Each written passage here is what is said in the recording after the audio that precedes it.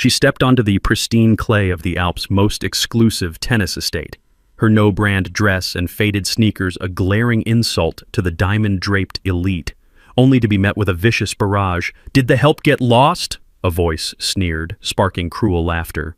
"She's here to sweep the court, not play on it," another mocked, phones flashing to capture her low ponytail and worn bag. Then, her billionaire husband, who owned the entire estate they were laughing in, stepped through the private entrance. Avalon Tennis Estate was a cathedral of clay and privilege, its courts carved into the snowy peaks of the Alps, their red surfaces glowing like embers under the winter sun. This wasn't a mere tennis club, it was a sanctuary for the ultra-wealthy, billionaires, monarchs, and A-listers who played with rackets encrusted with diamonds. Every serve was a power play, every outfit a status symbol worth thousands. Silk banners from Cartier and Versace fluttered above the grandstands, and the air was crisp with the scent of alpine frost and wealth. Paparazzi were banned, their drones swatted from the sky by security, but a live stream broadcast every rally to a global audience, framing the aristocracy in their element. Beyond the velvet ropes, a retired tennis coach watched on his phone, his calloused hands steady, his eyes locked on his daughter's quiet resolve. She stepped onto the court alone, her plain white polo shirt devoid of logos, her tennis skirt faintly wrinkled, her faded canvas sneakers scuffing the clay. Her chestnut hair was tied in a low ponytail, a few strands dancing in the breeze, and her hazel eyes held a serene intensity. At 26, she was breathtaking, not in the polished veneer of the elite, but in the raw elegance of someone who'd once ruled college courts with a racket and a dream. Raised in a small Oregon town, she had grown up on public courts, her father teaching her to hit with precision before she could ride a bike. She'd earned a full-ride tennis scholarship to Yale, her serves a blend of power and grace, her name whispered as a future pro. But 5 years ago, she'd abandoned her career to care for her mother, who was dying of cancer, trading tournaments for hospital nights. Now, she carried a second-hand tennis bag, her presence a flicker of light in the frost, her simplicity a sin against Avalon's grandeur. The grandstands buzzed as she approached the registration desk, her faded sneakers drawing stares like flaws in a masterpiece. Eleanor Prescott, wife of a global bank CEO, perched in a $15,000 mink coat, her voice dripping with scorn. "Looks like the club's running charity events for the commoners now," she said, loud enough for the live stream to catch. Laughter rippled through the crowd, phones flashing, filming her plain attire. Marcus Tate, a hedge fund heir, sprawled in a courtside seat, his $6,000 sunglasses glinting, snorted, "What's next, letting the gardeners play?" His clique chuckled, their Rolexes catching the sun. Her fingers brushed her racket, her face serene, but the air crackled with mockery. Her father's face on the live stream tightened, the insults a blade to his pride, and the audience seethed, their anger a spark ready to ignite. As she signed in, the elite's disdain turned into a coordinated assault. A group of socialites in $10,000 tennis dresses formed a semicircle, their voices a venomous chorus. "Look at her, thinking she belongs here?" one sneered, tossing a monogrammed towel at her feet. "Back to the poorhouse, sweetheart." Another waved a diamond-encrusted phone, shouting, "She's a walking thrift store! Bet she's never even seen a clay court!" Phones glowed, their livestream posts vicious. #AvalonBeggar. Zooming in on her faded sneakers, a venture capitalist in a bespoke blazer bellowed, "She's dragging this estate's name through the mud!" The crowd's laughter was a public execution, each word a lash against her silence. Her father's face on the livestream was etched with pain, each taunt a wound to his daughter's dignity. The audience's rage surged, their hearts pounding, furious at this mob's relentless cruelty. A politician's daughter and Europe's third-ranked tennis player stood near the net, her custom racket gleaming under the sun. Her blonde hair was swept into a sleek bun, her $10,000 tennis dress shimmering with Swarovski crystals.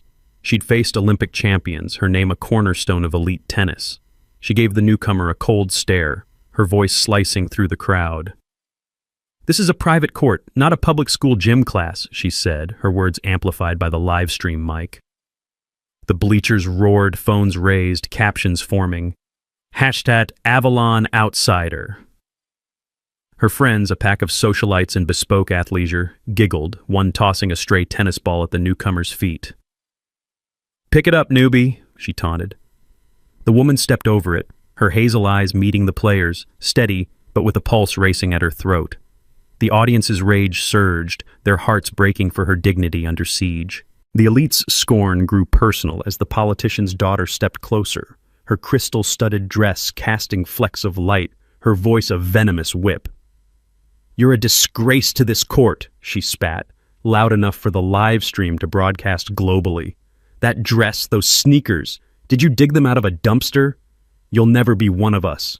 Her clique clapped, their laughter a cruel symphony, phones zooming in on the faded canvas shoes.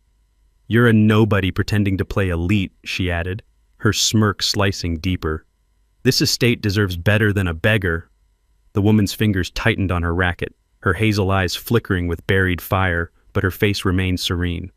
Her father's hands trembled on the live stream, the personal attack a knife to his daughter's worth. The audience's fury boiled, their hearts breaking, enraged at this deliberate assault on her identity. A group of players, their sneakers pristine, gathered near the court, their whispers as sharp as ice. "She's a nobody," one sneered, loud enough for the live stream. "Avalon's standards are crumbling." Another tossed a crumpled score sheet at her feet, calling, "Clean that up, maid." The paper skidded across the clay, grazing her sneakers, but she didn't flinch. The politician's daughter's coach, a former pro with a Rolex on his wrist, smirked from the sidelines. "She's out of her depth," he said, his voice carrying. "This court's for champions, not charity cases." The crowd cheered, their elitism a wall around her. Her hazel eyes burned with quiet fire, but her smile held, a subtle defiance against their scorn. The audience's anger roared, their fury at this orchestrated cruelty a pulse in their veins. The mockery didn't stop at the players. A tournament official, his badge gleaming, approached her at the desk, his voice laced with condescension. "Miss, this isn't an open tryout," he said, loud enough for the bleachers to hear. "Your attire doesn't meet our dress code." He gestured at her faded sneakers, his smirk mirrored by nearby guests. "We don't usually let rentals play on Avalon's courts," he added, sparking laughter from the elite. Phones zoomed in, capturing her calm face, their captions forming, "Hat tennis tramp." The crowd's approval was a suffocating tide, their arrogance a public shaming. She adjusted her ponytail, her hazel eyes unwavering, but her father's live stream feed showed his face crumpling, the official's complicity a fresh wound. The audience's rage flared, their hearts pounding at this institutional betrayal. She walked to the center of the court, her second-hand bag slung over her shoulder, and faced the politician's daughter with a calm smile. "One set," she said, her voice clear and steady, cutting through the laughter like a shard of glass. "If I don't score a single point, I'll clean your shoes with my towel, on my knees, and apologize in front of everyone. But if I beat you 6-0, you clean my shoes, withdraw from Avalon, and bow your head to me in front of this whole estate." The bleachers exploded in mocking laughter, the crowd's scorn a tidal wave. "Who let her be this confident?" the tech mogul's daughter cried, clapping her hands. The politician's daughter smirked, her racket twirling. "Good luck, gym class girl," she taunted. The live stream comments surged. "She's toast. #wager fail." Her ponytail swayed, her hazel eyes locked on her opponent. Her silence a louder challenge than their jeers. No one knew her past, not the crowd, not her opponent, not even the live stream viewers. At 19, she'd been a tennis prodigy, her serves clocking 120 her footwork a ballet of precision. She'd earned a full-ride scholarship to Yale, her name a whisper in pro circles. 5 years ago, in a closed-door exhibition match, she'd crushed her opponent 6-2, a defeat the politician's family had buried with their political clout. But she had walked away from tennis when her mother was diagnosed with terminal cancer, choosing to spend her days by a hospital bed, holding her mother's hand through chemo over chasing titles. Her mother's death had left her with a quiet strength, a fire that burned beneath her calm exterior. Now, she stood on Avalon's clay, her faded sneakers planted, her heart a furnace ready to ignite. The match began, a silent duel under the alpine sun, no referee's call, just the two women on the red clay. The ranked player served first, her ball a missile, but the newcomer returned it with an ace that kissed the baseline, unreturnable. The crowd gasped, their phones trembling. Game 1, 1-0. Her second serve was a feather-light drop shot, spinning just beyond her opponent's reach, her racket flailing in the air. Game 2, 2-0. The opponent's face tightened, her confidence splintering, her shots growing erratic. The newcomer's footwork was a symphony, her backhand slicing the clay like a razor. Game 3, 3-0. The bleachers hushed, their laughter choking, their bets unraveling. The opponent's coach stood frozen, his smirk erased, his clipboard forgotten. The live stream exploded. Is this happening? She's unreal. Her serves grew sharper, her eyes locked on the ball, her body one with the court. Game 4, a cross-court forehand that left her opponent sprawling, her $10,000 dress stained with clay. Game 5, an overhead smash that echoed like a gunshot, the ball rocketing past a desperate lunge. The opponent was unraveling, her breaths ragged, her crystal-studded dress dull under the sun. The newcomer's faded sneakers danced, her no-brand polo a rebellion against the elite's scorn. Game 6. Another ace, clean and final, the ball scorching the line. The set ended in 11 minutes, 6-0, the scoreboard a glowing testament to her mastery. The stands were a crypt, the elite's mockery a ghost, their phones forgotten. The opponent stood rooted, her racket limp, her empire in ruins. The live stream comments surged. She obliterated her. Avalon goddess. Her father wept on his phone, his pride a blazing fire as his daughter reclaimed her legacy. The crowd's silence was deafening, their earlier jeers a bitter memory. She stood at the net, her hazel eyes sweeping the bleachers, her low ponytail steady in the breeze. Her opponent's face was pale, her hands trembling, her ranking meaningless against the flawless set. The tech mogul's daughter's $14,000 racket lay untouched, her bets a public embarrassment. The hedge fund heir's sunglasses couldn't hide his shock, his clique slinking away, their laughter now a liability. The bank CEO's wife gripped her Hermes clutch, her husband's influence no shield against the whispers. She mocked the wrong woman. The model's phone buzzed with canceled gigs, her socialite status crumbling. The live stream trended globally.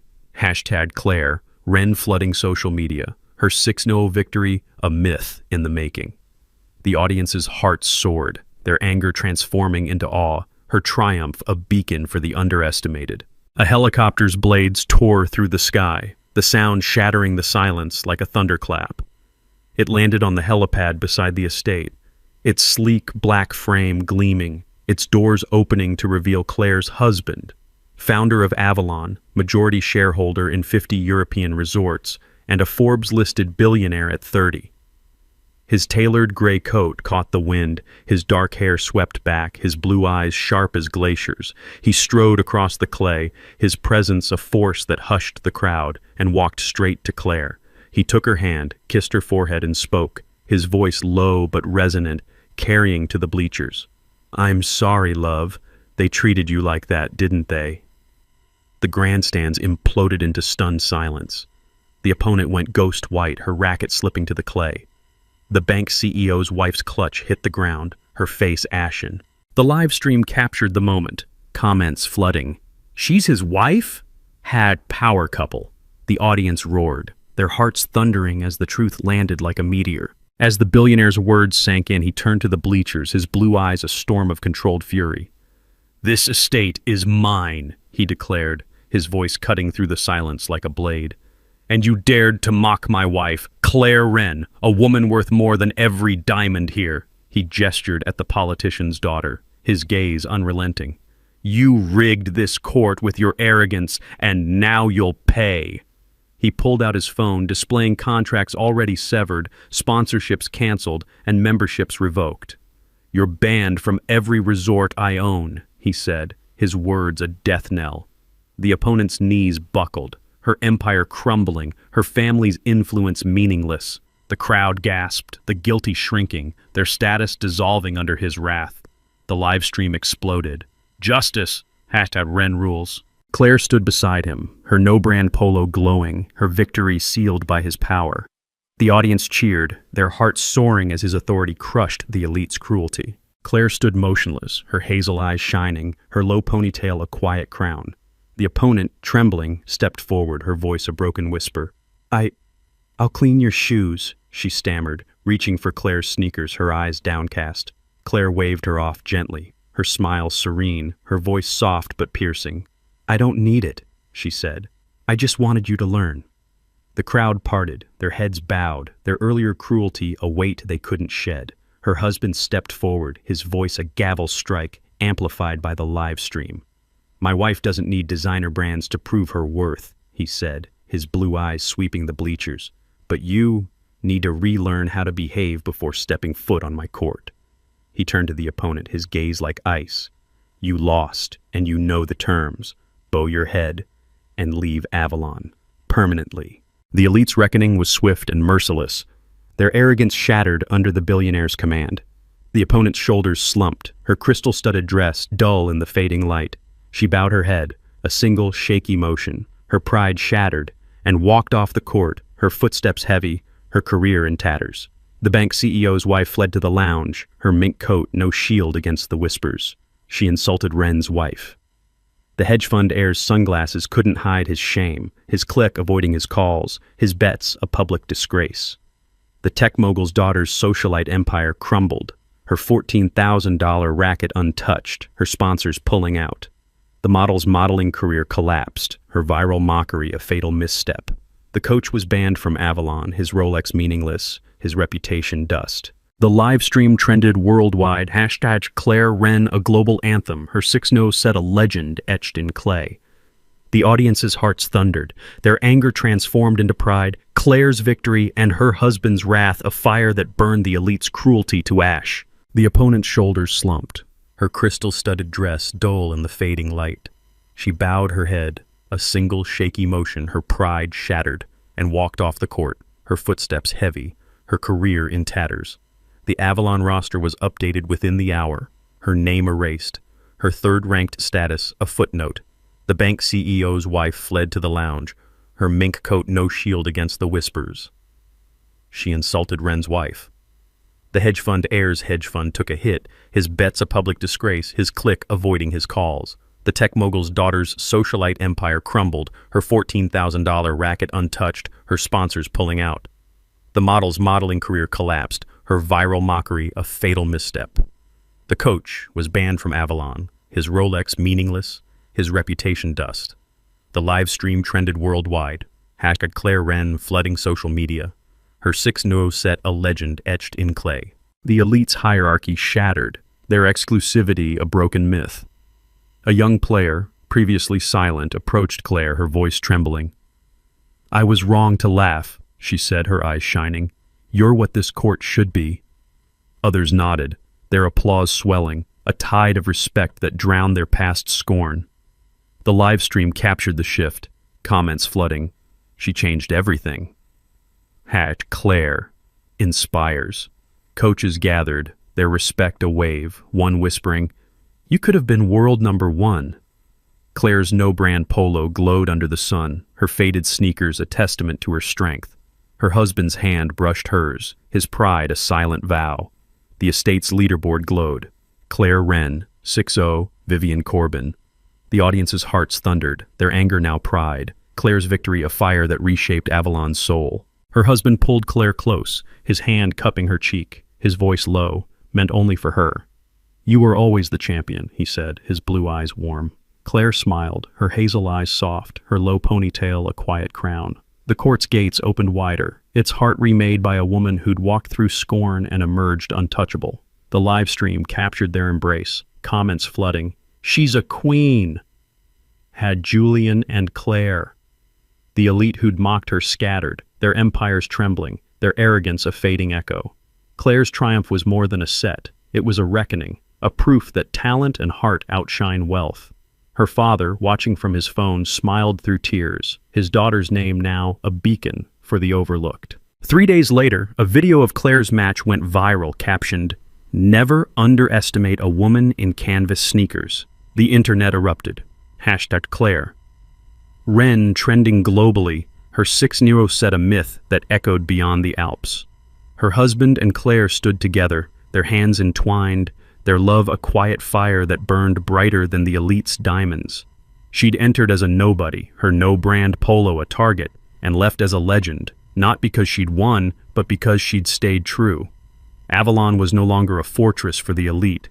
It was hers, a monument to a woman who'd made the aristocracy bow with a second-hand racket and a heart of steel. Like, share, and subscribe for more stories like this. And tell us in the comments, would you have taken that bet?